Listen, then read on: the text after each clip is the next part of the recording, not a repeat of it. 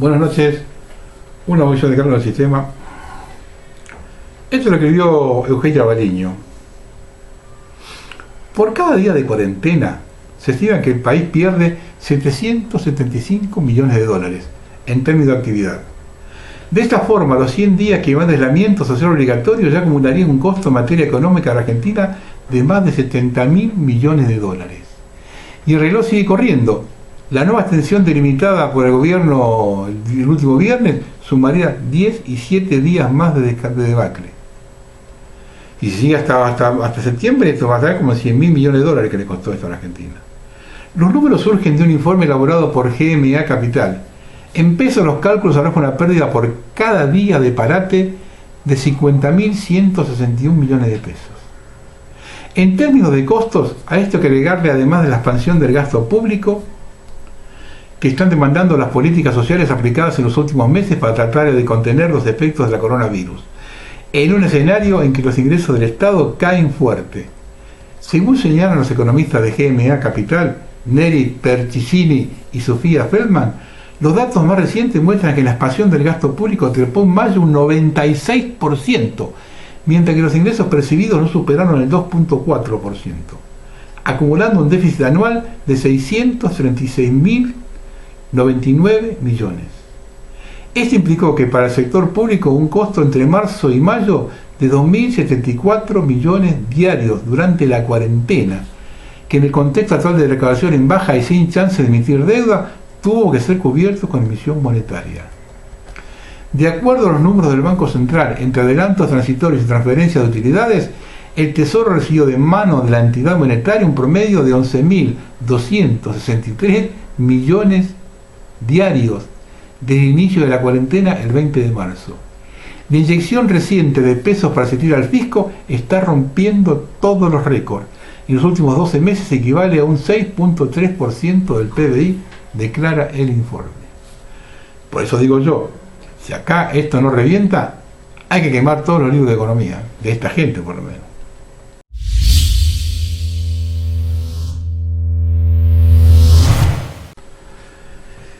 Esto lo escribió Víctor Cordero.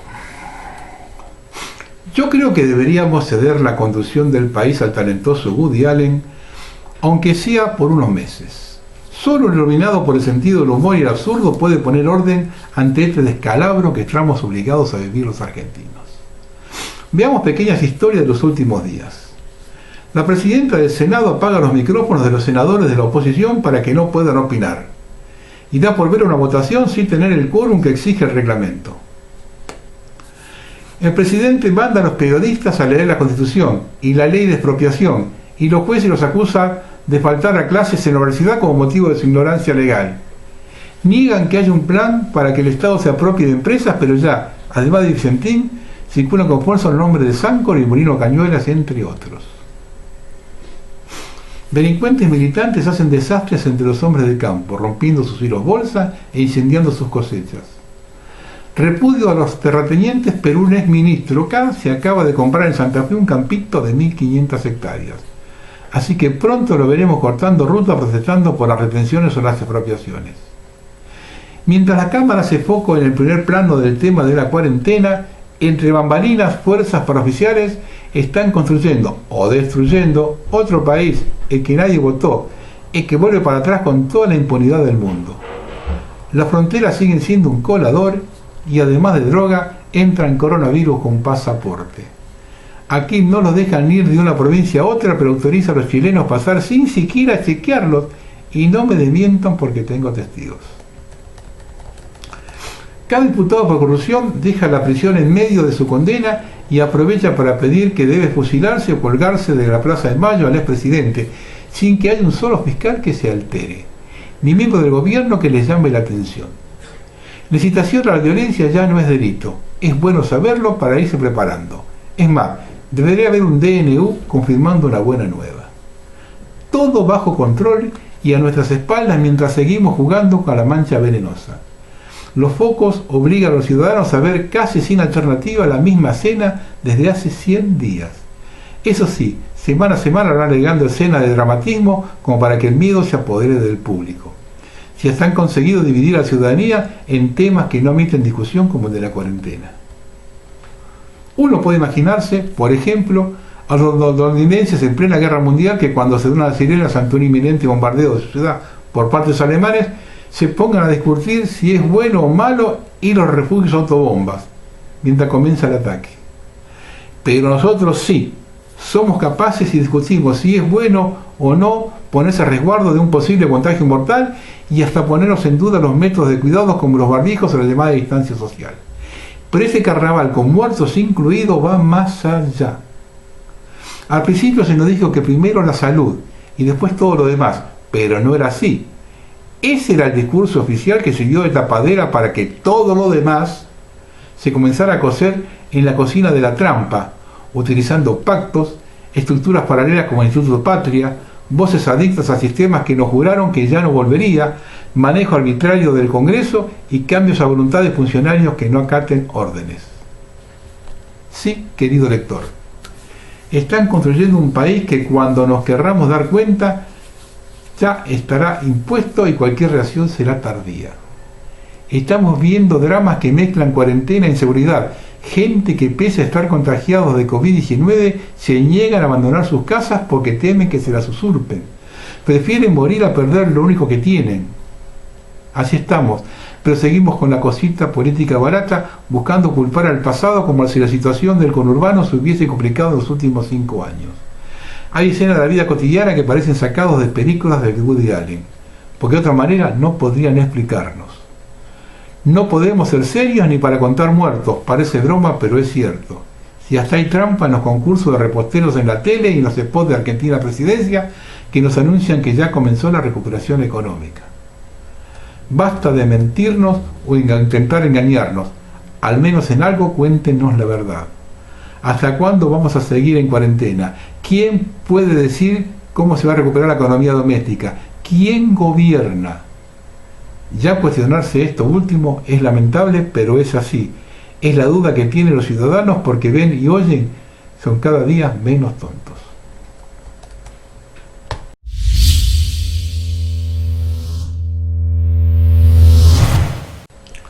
Y esto me lo escribió un amigo de años, de la Patagonia. Lo conozco personalmente. Vive ahí por Río Negro.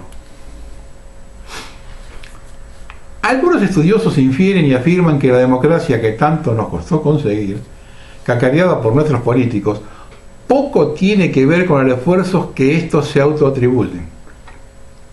Por el contrario, a la luz de la penosa realidad en la Argentina de hoy, crece otra versión con respecto a tal logro, y es la que atribuye a Margaret Thatcher, post-Malvina, y como parte de sus esfuerzos por defenestrar al gobierno militar de entonces, la decisión de introducirnos en esta suerte de intrincado laberinto político híbrido, contradictorio, incierto, inestable e indefinido, en cuya atmósfera perecen a toda confianza y expectativa, reiterando el círculo vicioso del fracaso nacional.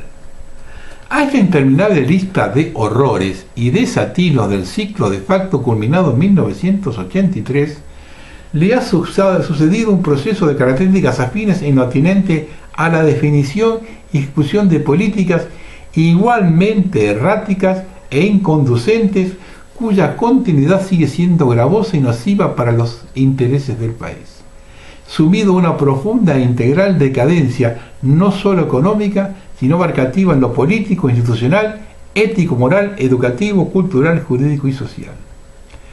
El extravío intelectual y político de los liderazgos recurrentes y sus burocracias, por lo general ineptas, activan personalidades de una marcada estrechez mental, debilidad moral, egocentrismo e hipocresía, de por sí inhabilitantes, y que no tienen disculpa en aquellos que integran la mal llamada clase dirigente.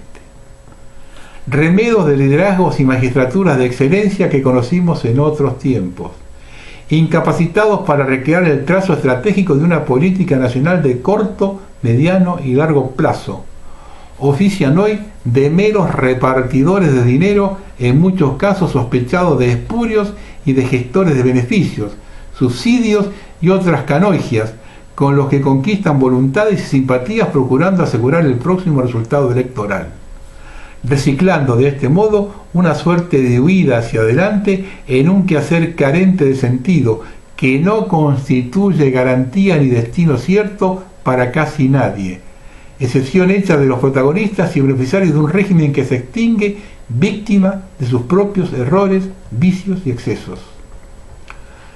Protagonistas de una nueva y escandalosa frustración, su empinamiento marca el contraste grotesco con dos generaciones de argentinos arrojados a la periferia de un consumismo estéril, un materialismo frustrante, una cultura relajada y decadente, una violencia criminal insólita, un submundo marginal potenciado por el fenómeno narco inimaginable pocos años atrás, una comunidad fracturada entre derechas e izquierdas, ricos y pobres, civiles y militares, y un hondo y marcado pesimismo, junto con la pérdida de valores esenciales para la vida política, social y productiva, y las perspectivas de un futuro incierto y riesgoso, conformando una realidad a la medida del diseño y la necesidad de alguna exótica potencia, que ejercita su imperio y control sobre el país a partir de un ejército de burócratas sin conciencia, enquistados en unos cotos cerrados e inabordables llamados partidos.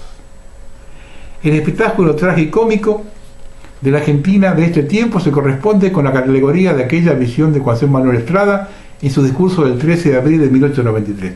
Yo esto lo dije 2 o 3 veces, pero hay que repetirlo, porque esto es de 1893. Tiene 127 años y es como si lo hubieran escrito hoy, lo que marca que los argentinos no hemos cambiado absolutamente nada.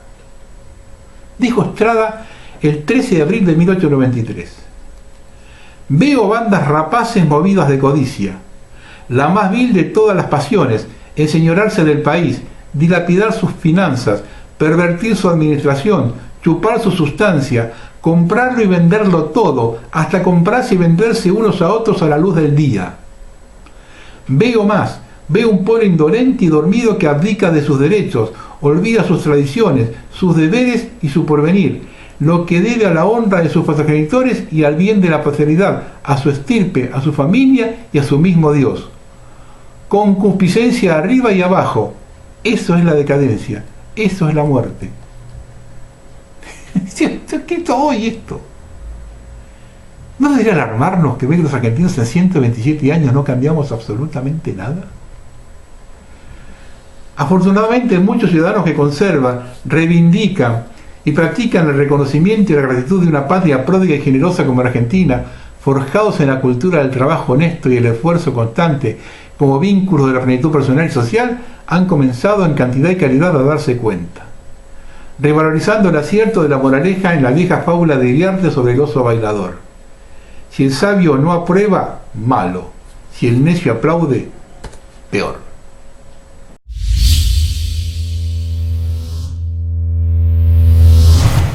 Acá el plan es destruir todo. La cuarentena eterna tiene como único objetivo la destrucción total de la Argentina, para el desguace final. Por eso el gobernador y actual diputado Alfredo Cornejo dice: Mendoza tiene todo por vivir como un país independiente y nos están obligando a separarnos de la nación. Un par de cosas. Él no se hace responsable de nada. ¿De qué se queja ahora? Si es uno de los más grandes farsantes de la Argentina. En las elecciones de 2007, Alfredo Cornejo fue uno de los impulsores en Mendoza de la Concertación, una alianza política por la cual parte del radicalismo salió con el Frente para la Victoria que gobernaba a nivel nacional. Con motivo de esta alianza, el radicalismo mendocino apoya la candidatura de Julio Cobos como vicepresidenta de Cristina Fernández de Kirchner. El pasado te condena, Cornejo, no podés borrarlo. Y no le mienta a su gente. Un país de 2 millones de habitantes sin salida al mar en el siglo XXI es inviable. Díganle a sus coprovincianos que apenas independicen, los chinos les construyen un túnel ferroviario a 2.500 metros de altura en la cordillera, transitable todo el año. ¿Y sabe para qué? Para sacar hasta el último mineral de Mendoza, con las minas a cielos abiertos contaminantes, y le va a bajar el agua con cianuro para los viñedos. Toda esa movida que están haciendo en las redes, le explican a la gente que salió a protestar por las mineras, que cuando sean independientes se van a tener que meter el reclamo en el culo. Cuando sean independientes vengan los chinos. Porque los chinos son depredadores seriales. O piensa que le van a comprar el vino. Los chinos solo llevan materias primas. Si esto parte de un personaje como Cornejo, que hoy despotrica contra quien él le dio alas hace 13 años, es una demostración de mano de quién estamos. Por otro lado, la destrucción sigue a fondo. En Salta ya cerró el primer hotel.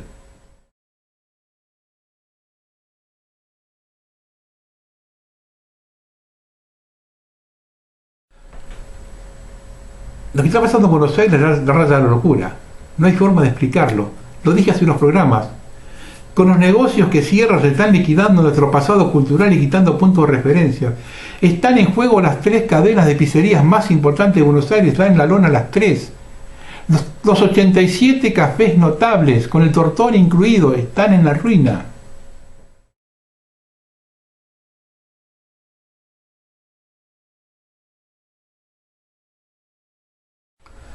Este hecho inédito, que los bomberos voluntarios de La Matanza pusieron en venta el cuartel. Los motivos, según indicaron, están ligados a la situación económica y financiera de la institución y pagar las deudas millonarias con la AFIP y el sindicato UTEDIC. La crisis, indican, se debe a las malas administraciones a partir de la intervención municipal de 2006. Las consecuencias fueron nefastas y derivaron en la situación actual, en la que prácticamente es imposible afrontar los gastos y las deudas antes generadas. Los bomberos explicaron que hasta el momento no contaron con una alternativa de ayuda viable para sanear la institución. Estamos en una pandemia inimaginable, tan inimaginable como que tengamos que vender nuestro querido cuartel para pagar deudas al Estado. ¿A quién? Brindamos más de 5.000 servicios al año en forma totalmente gratuita.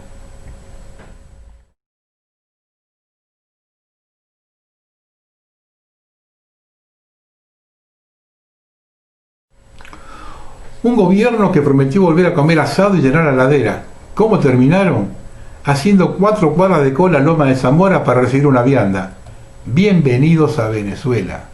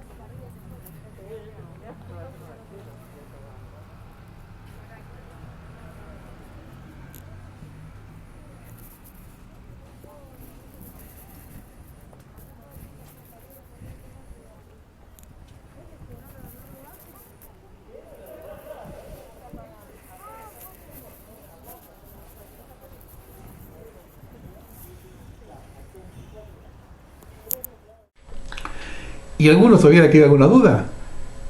Quisieron aplanar la curva y están aplanando la pirámide. El 91% de la población argentina cobra menos de $300. 91% de la población. Más de 9 de cada 10 cobra menos de $300 de ingresos.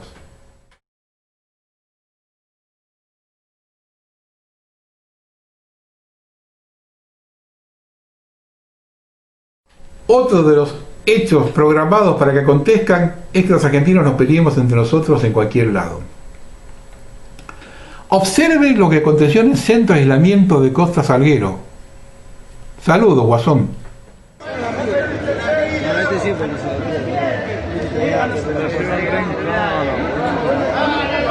¡Rastrero! ¡Sigo de el teléfono! ¡La concha de tu madre!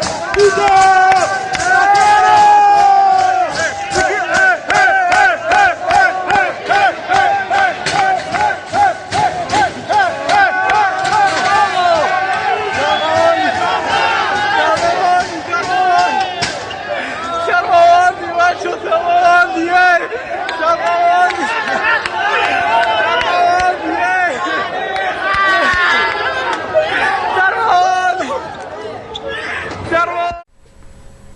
O en la ciudad de Córdoba, por el izamiento de la bandera LGBT en Parque Sarmiento.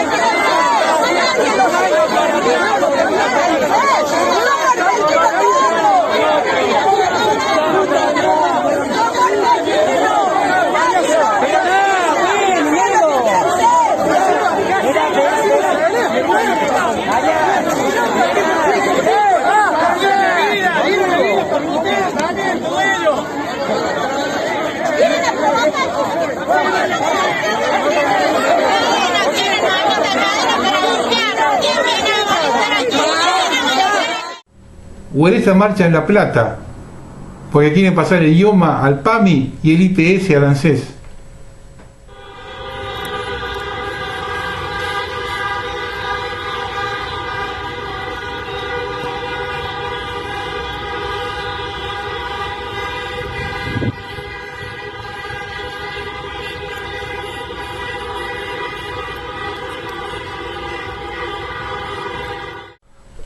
O lo que está pasando en el campo, en las chacras. Vean la quema de los campos del presidente de la Sociedad Rural de Río Cuarto.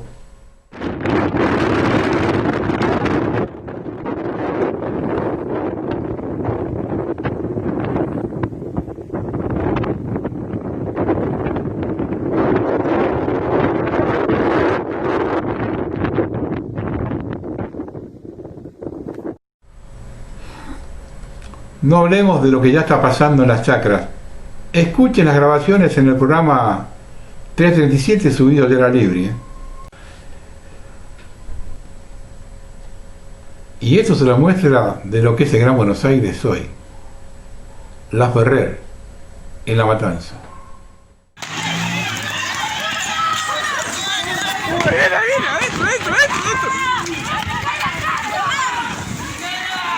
Se asusta la maricona.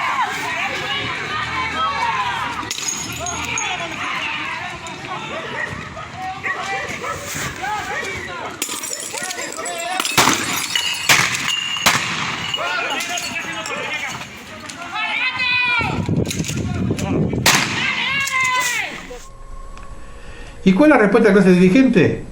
Les doy una sola como ejemplo. Tierra del Fuego a Gata se sostiene. Si no le mandan plata de acá, no puede pagar absolutamente nada. La municipalidad de Ushuaia le pagará 300.000 pesos a Telma Fardín por visibilizar la lucha contra el acoso sexual. Viven en otra dimensión, totalmente alejados de la realidad.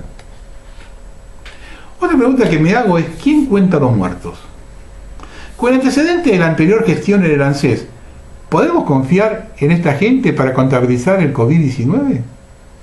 En la Argentina mueren alrededor de 12.000 personas por gripe estacional por año. Es decir, que desde que comenzó el operativo deberían haber fallecido unas 4.000 personas. Dice que ahí son 1.600 los muertos por COVID. ¿Dónde están los otros 2.400? O una vez que instalaron el terror, manejan las cifras en función de las necesidades políticas. Nadie vio los muertos, no se sabe quiénes son. Retiro lo que dije en los programas. Los que asesoran a los que gobiernan tienen el mismo currículum que los que están diciendo lo contrario en todo el mundo. Ahora el plasma es la solución, pero a los primeros que difundieron el plasma hace 2 meses lo acusaron de cualquier cosa. De los otros muertos no se habla. En Villa Devoto se tiró del balcón una mujer joven. Estaba bajo tratamiento psiquiátrico, suspendido. Era madre de un bebé de 9 meses. Nadie reconoce un error. ¿Por qué debería creerles? Si lo único que hacen es joder a la gente. No nos dejan abrir negocios para que se fundan. A los que quieren venir a trabajar les hacen perder 2 horas para cruzar un puente. Nunca estuvo tan evidente el plan para liquidar la clase media.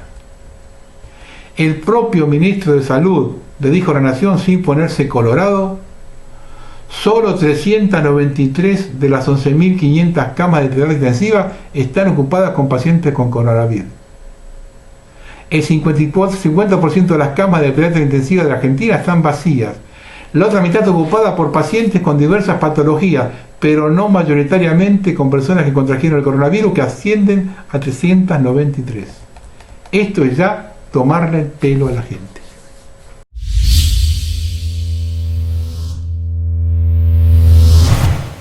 Esto lo escribió Paloma Alarcón, pero lo escribió en 2015. Y viene a colación con una de las cosas que pasó esta semana. Escuchen con atención, ¿no? Porque son esas cosas que se escriben hace tiempo atrás, no se le da bola, ¿no? Él lo llamó, lo tituló El valor sentimental de los huesos, o la nueva forma de hacer revolución. En los años 70 aseguraban que venían a construir un mundo mejor. A sangre y fuego querían imponer su visión del mundo mejor, en el que todos seríamos iguales. Todos teníamos los mismos derechos y obligaciones. Todos. Amén de los medios inaceptables, con el correr de los años vimos que la única revolución que pelearon era la del progreso económico personal. De igualdad dada. Resolver el status quo para quedar en lugar de los burgueses que querían destituir. Nos hartaron de las indemnizaciones fraudulentas a familiares de terroristas. Con lágrimas de cocodrilo, la sangre derramada no será negociada, dijeron alguna vez. El imperialismo yanqui, sus gendarmes locales y la odiosa cara de Franklin en los billetes de $100 eran el enemigo. Sin embargo, por atacar a la nación, sus deudos fueron indemnizados con bonos de deuda pública en dólares. La deuda externa no se pagará con el hambre del pueblo, también lo decían. El problema no son ellos, somos nosotros, que pagamos con deuda pública una paz de utilería que nunca sirvió para nada. Los que odiaban a Benjamin Franklin cobraron en dólar las indemnizaciones que pagaron los desnutridos del Chaco, los jubilados, los descalzos del conurbano. Le dimos indemnizaciones como los antiguos ofrendaban víctimas humanas a los dioses paganos para apaciguar su ira. Pero como la bestia que prueba sangre humana nunca se sacía, han vuelto por más. Con un nuevo despojo del erario público del año 2010, la familia del terrorista Mario Roberto Santucho, jefe y cabeza del ERP, ha iniciado una demanda en contra del Estado por el valor sentimental de sus huesos. Y no es que no hayan cobrado todo de todo y que no le hayan quedado por cobrar nada de nada. De desaparición de Santucho, pasando por el exilio de algunos de los integrantes de esa familia, tanto como por la especificación asimétrica de los bonos de deuda pública que cobraron por todo lo anterior, dólar sobre dólar, Franklin sobre Franklin, el Estado argentino se indizó durante años. ¿Alguien pensaba que la revolución era algo distinto que la mejoría social y económica de los revolucionarios y sus familias? Pues ahora la familia Santucho ha iniciado un nuevo juicio contra el Estado por la pérdida de su cadáver. Entiéndase bien, no por la desaparición de Santucho, que por eso ya cobraron, pese a que murió con un fusil en la mano, por la pérdida de su cadáver, por el valor sentimental de los huesos de Santucho. La demanda de la familia Santucho contra el Estado Nacional es por 10 millones de pesos, estamos hablando de 2015, más intereses contados desde el día que cayó abatido, 19 de julio del 76. Los demandantes son Ana Cristina Santucho, Gabriela Inés Santucho y Marcela Eva Santucho, hijas del jefe del ERP. El objeto de la causa es daños y perjuicios y el motivo es la pérdida del cadáver por el valor sentimental que tiene para sus deudos, daños psicológicos y morales. Uno de los testigos más pintorescos de la desaparición de los huesos de Santucho ha sido su segundo al mando actual del ERP, Juan Arnold Kremer Balugano. Este guerrillero, hoy ataviado de militante, o mejor aún, de ancianito simpático que cuenta sus escaramuzas en el ganar encuentro, es otro de los tantos indemnizados por el Estado argentino, Estado al que no dejar destruir los protegió a todos. El testigo Juan Arnold Kremer, pese a quedar al mando de la organización terrorista más cruel que tuvo la Argentina en los 70, también fue indemnizado por el Estado. Mediante la resolución del Ministerio de Justicia del 1571 del año 13, se le abonaron más de 300 millones por haber estado exilado durante el proceso, aunque también en la causa reclamó un resarcimiento económico por haber estado exilado durante el gobierno de Raúl Alfonsín. Sin éxito en ese caso. También justicia poética fue alcanzado por la ley 25.561, especificación asimétrica de sus bonos en dólares, por lo que hizo un amparo ya que quería su indemnización en dólares y no en pesos argentinos. Mediante este juicio se desarrolla un accidente procesal hizo que tomáramos conocimiento de otro juicio similar emprendido por el hijo de la madre de Plaza de Mayo, Azucena Villaflor, Pedro Vincenti. En su caso no demanda por los huesos de Azucena, como hizo su hermana Cecilia, porque cuando comenzó el juicio ya los huesos habían sido encontrados en un cementerio General Lavalle y regados sobre la Plaza de Mayo en una emotiva ceremonia.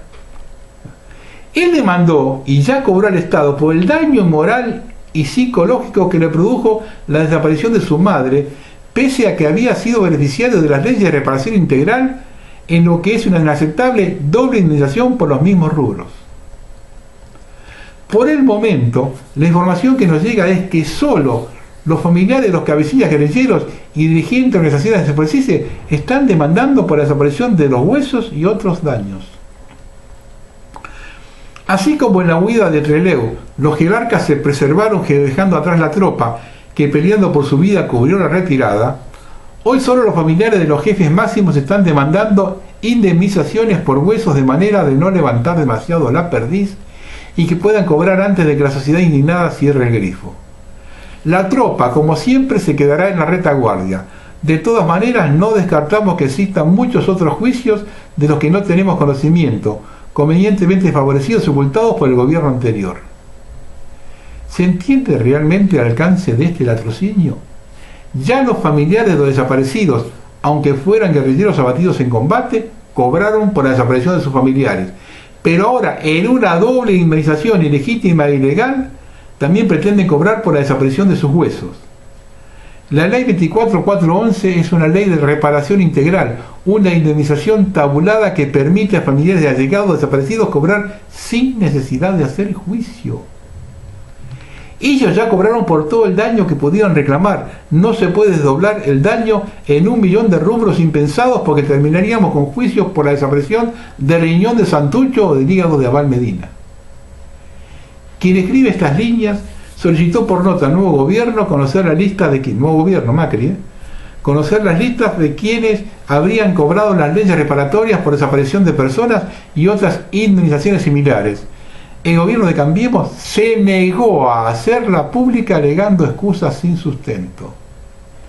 Espero que la sociedad ponga las cosas en su lugar porque las necesidades son muchas. El Estado no puede seguir distrayendo fondos para esta revolución personal.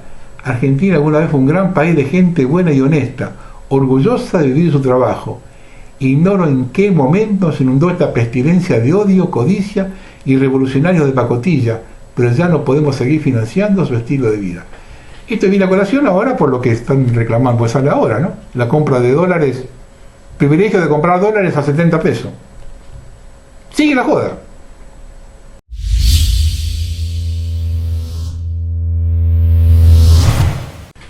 Y estos tipos tienen sus viejos anhelos también, ¿no? Aprovechan la crisis económica por ellos provocada para explotar sus viejos planes.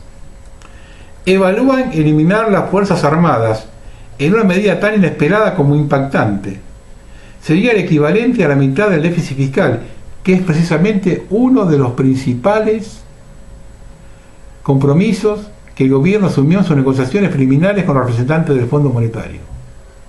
El ministro de Economía, Martín Guzmán, es el principal impulsor de la medida. Es casi la mitad del déficit fiscal en el presupuesto bianual, explicó el funcionario en diálogo con Telam. Hoy el presupuesto de defensa nacional es equivalente al 0.9% del PBI, lo cual no es alto si se compara con países centrales, pero el hecho de que no tengamos hipótesis de conflicto con ningún país vecino son temas que hemos resuelto en los 36 años de democracia con lo cual tener Fuerzas Armadas es un lujo que no necesitamos, dijo Guzmán. Muy bien. Tenemos parte de nuestro territorio ocupado por una potencia extranjera. No podemos controlar el saqueo del mar territorial y este sector, este señor que vive en Estados Unidos, dice que no tenemos hipótesis de conflicto. La idea del gobierno de disolver las Fuerzas Armadas, dar de baja todo su personal, vender la enorme cantidad de bienes de las fuerzas y solamente mantener activa la fuerza de seguridad. En ese sentido, el presidente anticipó que envió gente de su máxima confianza a Costa Rica para interiorizarse sobre la experiencia de ese país hermano que lleva 80 años sin ejército. No se enojen los amigos, los hermanos ticos, ¿no? Pero comparar a Costa Rica, que tiene el 1.8% de nuestro territorio, es de mala leche. Según Fernández, Guzmán también indicó que en una proyección por ahora parcial, la venta de los bienes de las Fuerzas Armadas significaría un recupero aproximado de unos 5.000 millones de dólares, que se destinarían precisamente a crear empresas y reactivar la industria mediante un gran plan de construcción de viviendas. Hablan de reactivar y están destruyendo todo. De esos 5.000 millones de dólares, y más o menos se van a poner 5.100. Te lo firmo ahora.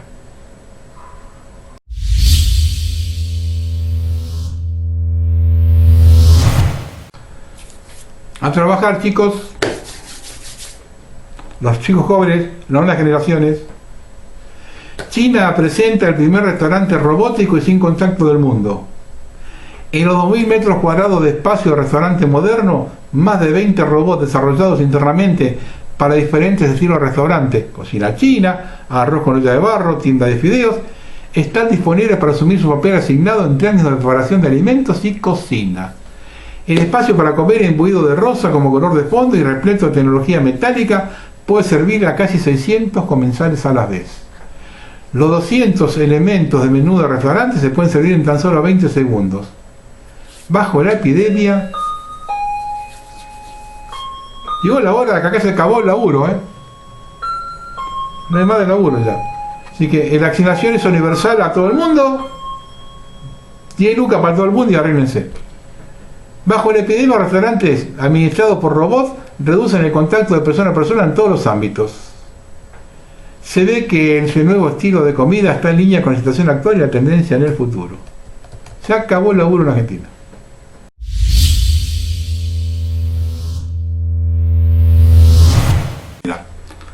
Una demostración de que todo se mueve por instrucciones lo da el caso de los dos aberrantes asesinatos de la policía en Tucumán, y que no produjo reacción alguna en la población. No hay órdenes de salir todavía. Yo tengo mi teoría. Mientras la gente esté encerrada por la pandemia, no hacen otra cosa. Pero en cuanto esto se acabe, nos vuelven a encerrar con la violencia urbana. Y se van a percatar de ello porque el detonante en ese momento serán casos menos violentos que esto que pasó en Tucumán. Cuando se difundió lo de la separación de Mendoza, lo más grave no fue el hecho en sí, sino una poca repercusión de la sociedad. Estamos entregados para el cachetazo. Han subido al pueblo la certidumbre y la angustia. La gente no sabe cuándo va a trabajar. Observen la perversidad. Con el cierre de establecimientos legendarios nos borran el pasado y con incertidumbre el futuro. Cualquiera que viva en un edificio puede constatar la cantidad de departamentos que estaban alquilados y que se han desocupado. Esta gente regresó a hoteles, algunos y la mayoría a vivir con padres y abuelos, lo que trae aparejado más de un problema: mayor hacinamiento en las viviendas, un sector de la población que reforzaba sus jubilaciones con un alquiler que ya no cobran, eso se ve reflejado también en los locales vacíos, y el aumento de la morosidad de las expensas, lo que coloca al consorcio en una situación de vulnerabilidad ante reparaciones que no se llevan a cabo. Sumado esto a la imposibilidad de muchos de venir a trabajar, pero hay que remarcarlo, por dos causas: no poder transitar y la pelotudez de los que no quieren gente extraña en el edificio.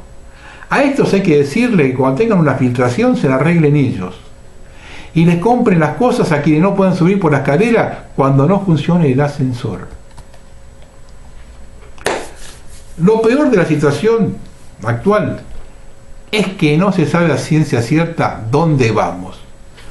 Aunque con la desaparición y posterior asesinato de Fabián Gutiérrez, tenemos una pista. Buenas noches.